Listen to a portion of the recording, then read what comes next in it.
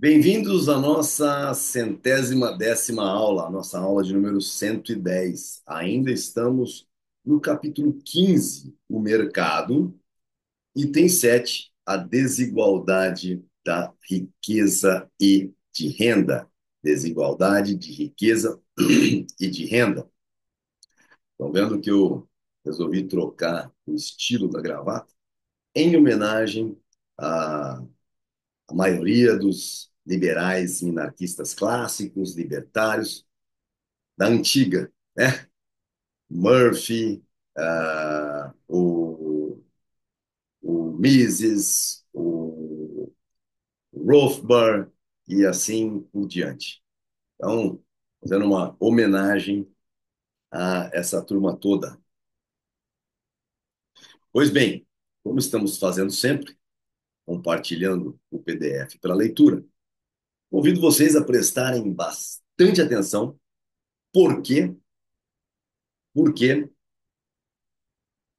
o ponto que trata da desigualdade de riqueza e de renda é de uma profundidade e de uma necessidade, né, de uma precisão no sentido de ser necessário altíssimo, porque o discurso coletivista bate na palavra igualdade, equidade, de tal forma que justifica todo o processo de encaminhamento da sociedade para o socialismo.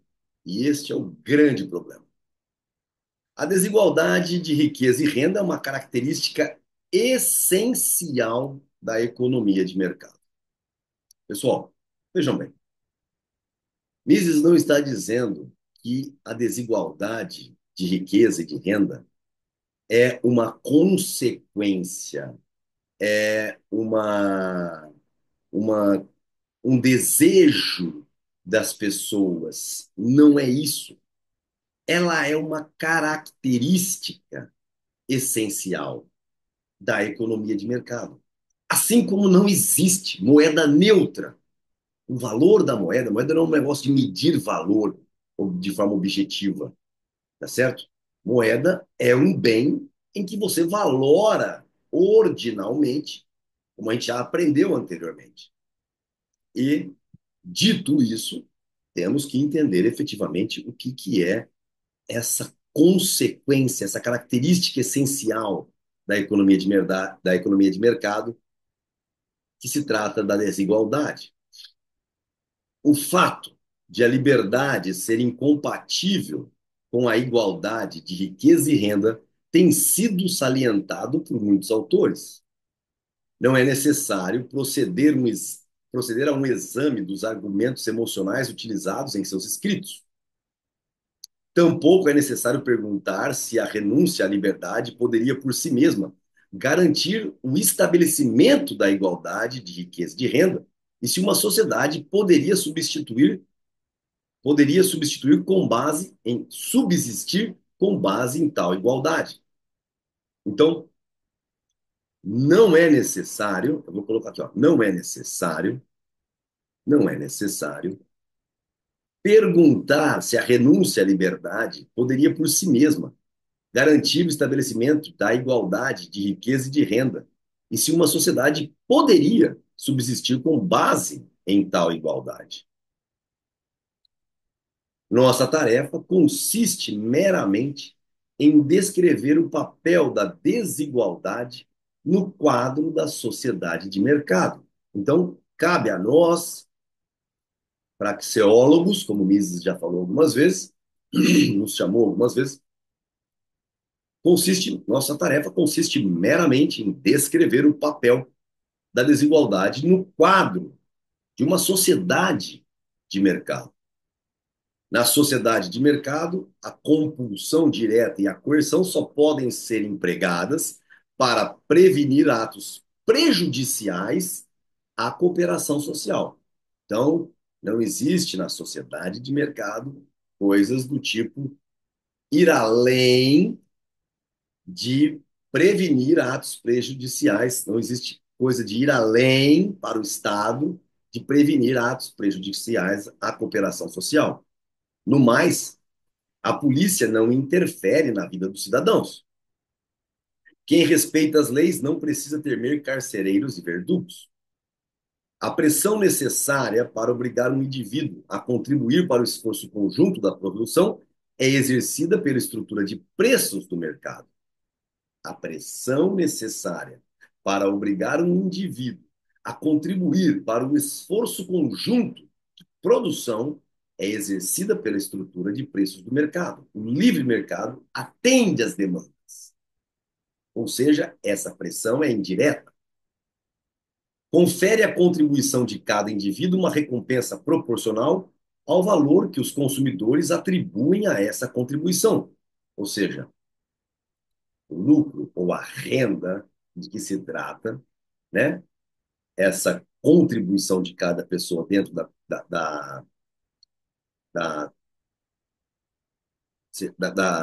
da economia de mercado, da sociedade de mercado, é justamente aquilo que os consumidores estão dispostos a escolher e comprar.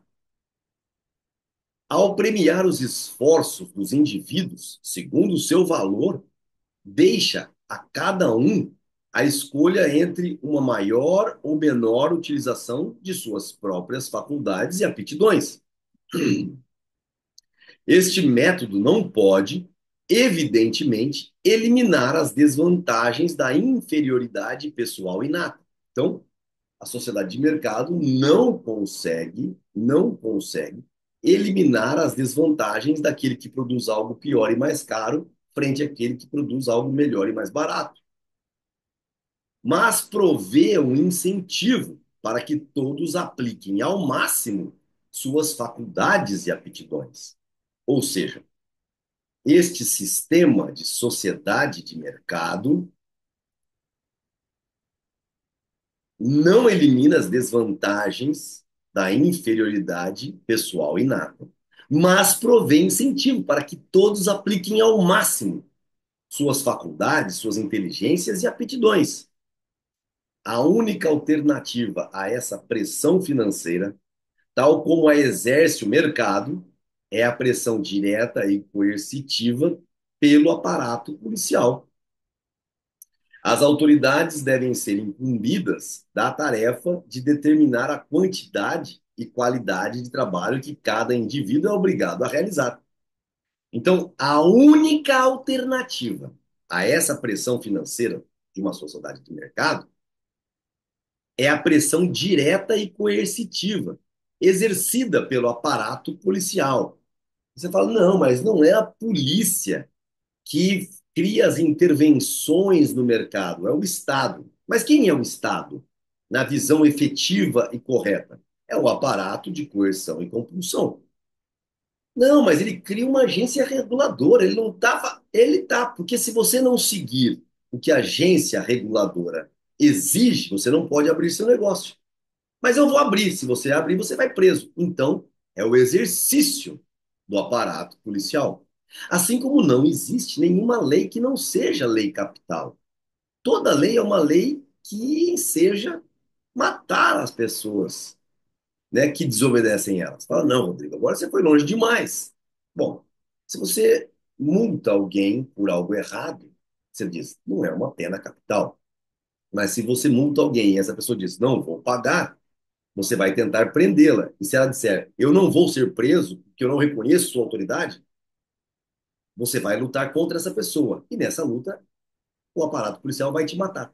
Todas as leis são leis que inferem uma punição capital, de morte. As autoridades devem ser incumbidas da tarefa de determinar a quantidade e qualidade de trabalho que cada indivíduo é obrigado a realizar. O fato de os indivíduos serem diferentes no que concerne às suas aptidões faz com que seja necessário o exame de suas personalidades por parte das autoridades. O indivíduo se torna, por assim dizer, um recluso de uma penitenciária, a quem é atribuída uma determinada tarefa. Se não conseguir cumprir o que as autoridades lhe prescreveram, será passível de punição. Isso numa sociedade que manda o cara para o gulag e mandar trabalhar em trabalhos forçados. Na nossa sociedade, por exemplo, o que nós temos vivido é o contrário. É fazer com o cara que produz mais ganhar o mesmo do cara que produz menos, chamando isso de isonomia salarial. É uma atitude socialista comunista, claramente. E esse é um grande problema. É importante perceber em que consiste a diferença entre a pressão direta, exercida para impedir uma ação criminosa, e a exercida para extorquir uma determinada performance. Isso é importantíssimo. No primeiro caso, tudo o que se requer do indivíduo é que ele se abstenha de certo comportamento definido com precisão pela lei. De uma maneira geral, é fácil constatar se a interdição foi ou não observada. No segundo caso, o indivíduo é compelido a realizar uma tarefa determinada.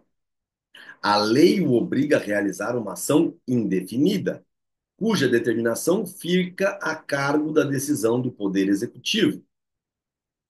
Aqui cabe muitas discussões, porque a nossa Constituição de 88, que é uma aberração, deu ao poder de carta magna de definição de contrato social situações de comportamento extremamente socialista, não recaindo com precisão sobre esta afirmação de Ludwig von Mises. O indivíduo é obrigado a obedecer às ordens da administração, quaisquer que elas sejam. E aqui a gente pode extrapolar quando isso chega no modelo de legislações. É que, para Mises, as constituições deveriam servir para assegurar o Estado de essas ações acontecerem por parte do Executivo. Talvez não tinha abstraído ele o papel dos Estados modernos e dos legisladores dos Estados modernos, que é um ponto crucial. Se forem adequadas às suas forças e faculdades, e se o indivíduo empregou o melhor de seus esforços, é algo extremamente difícil de saber. A conduta e a personalidade de todo cidadão ficam subordinadas às decisões das autoridades. Na economia de mercado, diante de um tribunal, o promotor é obrigado a apresentar evidência suficiente da culpa do acusado. Mas quando se trata de executar um trabalho obrigatório, cabe ao acusado provar que a tarefa que lhe foi atribuída estava além de suas possibilidades ou que fez o melhor que podia. Os administradores combinam na mesma pessoa as funções de legislador, de poder executivo e de promotor público e de juiz. E quando isso acontece, temos um déspota totalitário. E aqui você deve estar pensando, peraí, eu conheço alguém no Brasil hoje fazendo esse papel de legislador, de poder executivo, de promotor público e de juiz. Os acusados ficam inteiramente à sua mercê. É isso que as pessoas têm em mente quando falam da falta de liberdade. Nenhum sistema de divisão social do trabalho pode prescindir de um método que torne os indivíduos responsáveis por sua contribuição ao esforço conjunto de produção. Então, nenhum sistema de divisão social do trabalho pode prescindir de um método que torne os indivíduos responsáveis por sua contribuição ao esforço conjunto de produção. Se essa responsabilidade não for estabelecida pela estrutura de preços do mercado, com a consequente desigualdade de renda e de riqueza, deverá ser imposta pelos métodos de compulsão habitualmente empregados pela polícia. Então, quando você não pode pagar mais para quem produz mais, porque eles estão na mesma função na empresa. O que você está fazendo é justamente obrigando as pessoas a serem, no mínimo, todas iguais. E que isso leva a uma constante queda de eficiência. É de suma importância nós encerrarmos esse ponto aqui, porque eu acredito que ainda tenha faltado, neste texto, uma série de colocações muito mais importantes, no sentido de que a desigualdade é o melhor termômetro que existe para saber se estamos andando no caminho da prosperidade econômica. Não existe sociedade que prospere sobre a égide da igualdade. A igualdade forçada por leis acaba levando as pessoas a produzirem menos.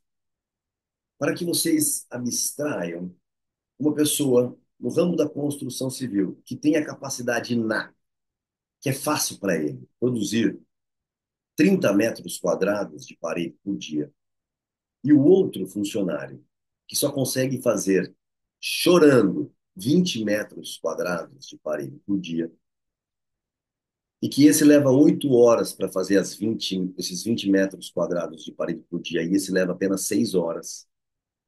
Se você tem que pagar o mesmo tanto para os dois vão produzir 20 metros quadrados de parede dia.